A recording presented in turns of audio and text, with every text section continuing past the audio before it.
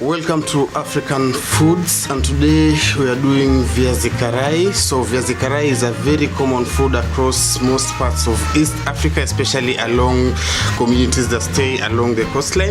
The first thing we'll do for our recipe is use Irish potatoes, the normal Irish potatoes. We'll just transfer our potatoes into our casserole. For my case, I'm using a total of around 6 potatoes, 6 medium potatoes that have been chopped or cut into smaller 6 pieces each. So I have a total of around 30 small potatoes. So I'll add in around 2 cups of water.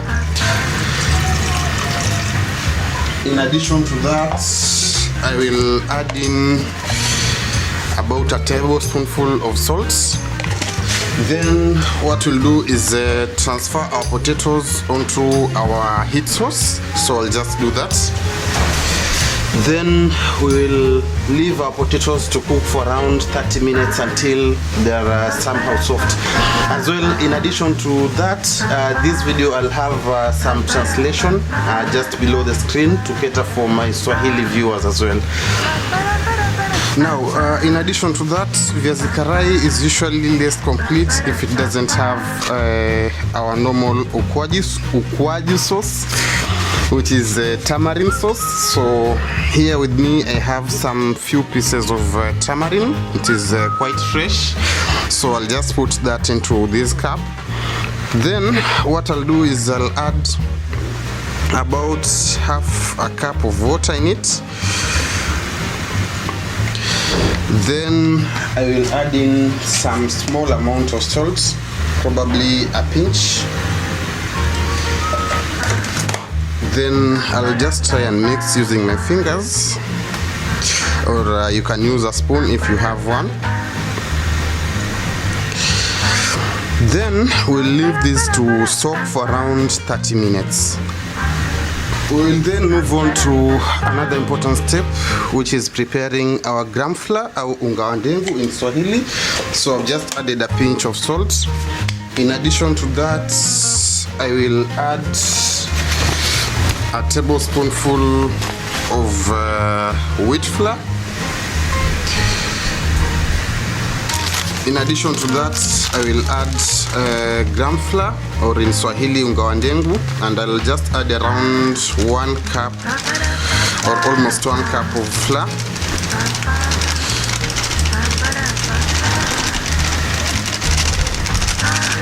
And I think that is enough.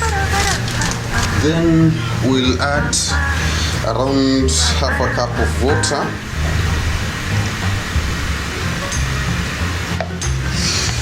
Then I'll just mix using my hands.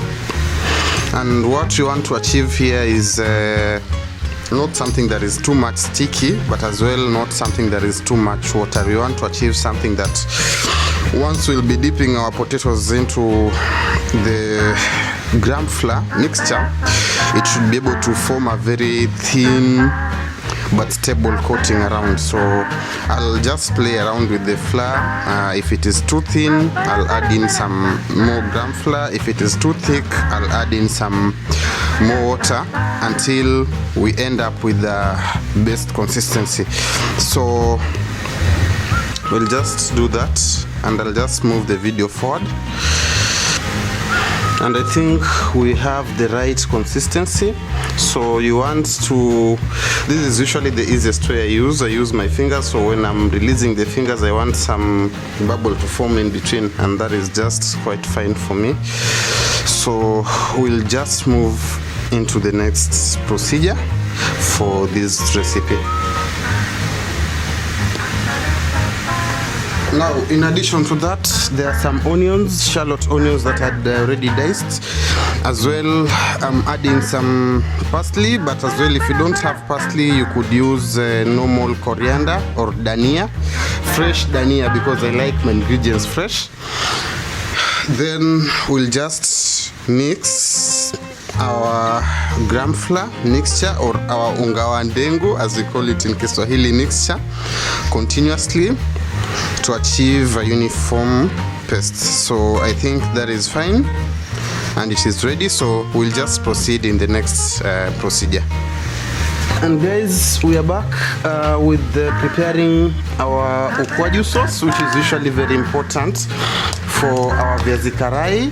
Now with me here I have some shallot onions that I had already chopped into smaller pieces, so I'll just put around 2 spoonfuls, though you can add as much as possible. It isn't a must you put 2 spoonfuls.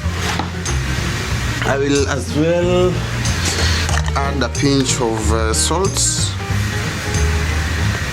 And ukwaju sauce is usually very important for viazi karai because it offers an acidic taste to the whole meal, so that is why it is usually important.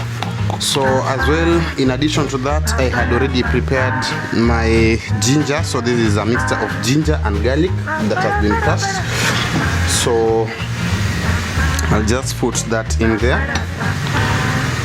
Then lastly, you must remember that we prepared something, this ukwaju. It was fresh ukwaju that we added into some fresh water. So we'll just add the water that is, or the mixture from the ukwaju into our onion mixture, and I think that is enough. So I'll just remove these pieces of tamarind from our mixture, then we'll just mix the whole mixture together.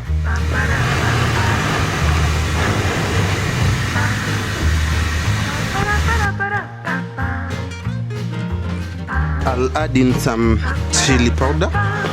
I usually prefer fresh ingredients, but of recent we have been having shortages with the coconuts, peppers and everything. As well, I'll add in some paprika, just a small amount. I'm using Spanish paprika, which is usually very salty, It is not bitter as some of the paprikas around. Then we'll mix together. And boom, I think this is the most perfect ukwaju sauce available. And boom, I think our potatoes are ready.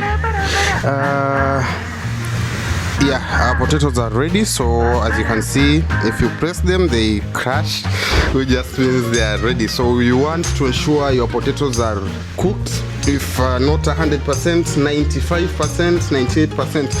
And by the way guys, if you didn't really know, viazi karai is derived from this cooking utensil that I'll be using to fry our potatoes. So this, in Swahili we call it karai. So since the potatoes are being cooked using this, we end up with the term viazi karai. So if you didn't know that, then you know. So let's proceed with our cooking. So what we usually do is we will take our potatoes that we have prepared. Then you want to ensure that you have them coated.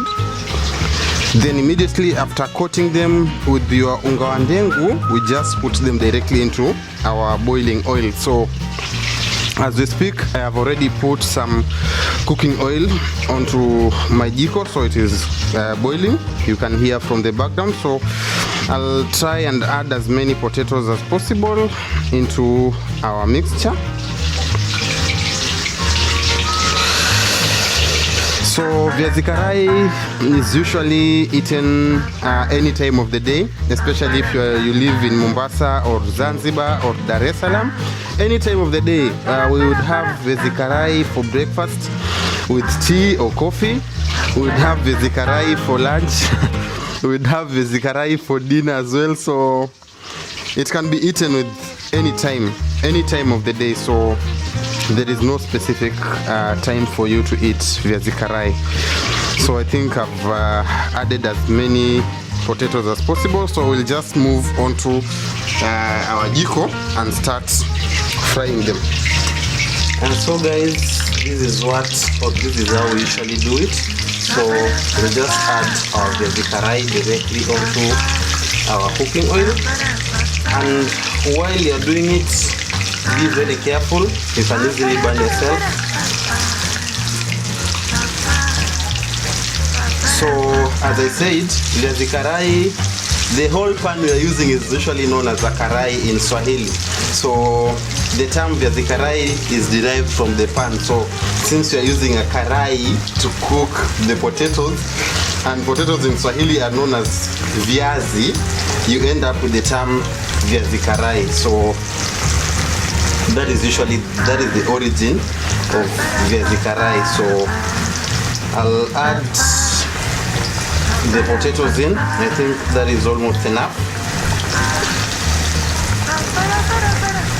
Now there is one distinctive thing or one distinctive difference between cooking viazi karai using the karai itself and using a sufuria. The viazi is cooked using a karai usually cook more evenly. Yeah, as I was saying, the viazi karai is cooked using karai itself, usually cook more evenly as compared to others using a sufuria. So one important thing during this stage is to allow the potatoes to cook on low heat until they start changing color. So we'll just allow that to happen. And now guys, as you can see, our viazi karai are ready. So we'll just remove them from the oil.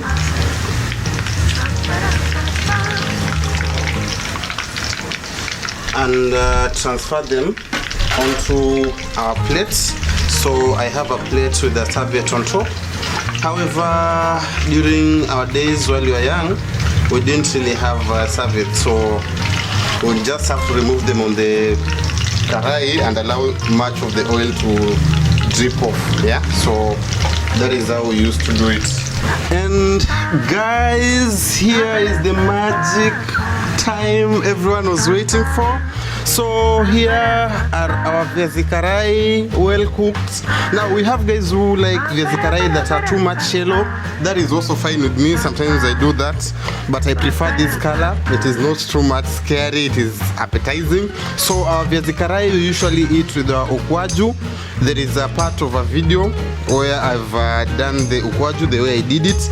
It is a mixture of tamarind, fresh tamarind, onions, garlic, ginger, salt, pepper, etc. So this is very delicious, and it adds an acidic taste to your viazi karai.